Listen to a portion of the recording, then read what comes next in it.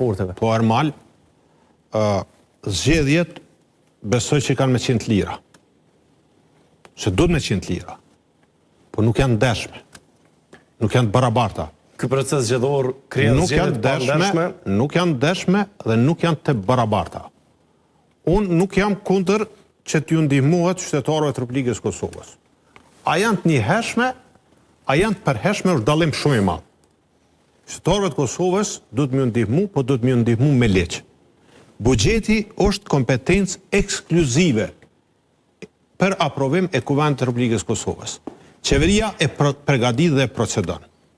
Dhe këta e kanë kriju një praktik të keqe, që e lojnë një fond kontingent që kanë ngele dhe kanë trashëgu, e kanë keq përdor, kanë abuzu me paron publike, prej pandemisë të thonë një kontingent për mosën 2, mosën 3, mosën 4.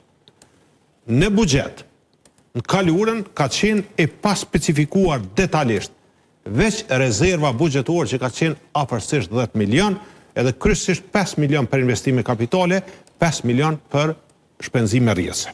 Tash 100 miliona para publike përdoren para fushatës dhe kjo ndikon në rezultat. Ka ndiku edhe në dhjetor. Nuk e ndo sot tash, e ndo pak ma shumë. Dhe tash, mirë, po ja vjapëm qytetarët Kosovës do paro. Po i morën pensionistat 100 euro. Mirë është, se inflacioni shumë i lartë, çmimet shumë të larta, 30 dhe 40% në kumulativ në mesatare. Ka artikuj edhe në bi 100% që është çmimi i energjisë elektrike. Rritja e çmimeve e ka përkesu standardin e tesës. Gjitha çmimet e shportës bazike në rritë. Qumshti, buka, mile, vaj, çaj, sheqeri, mishi, gjitha. Prej 5 euro, 6 euro një kilogramisht, sot ka shku 12, 13 dhe 14. Më thonë, jenë shtrajtu gjitha. Dhe është një ndimis.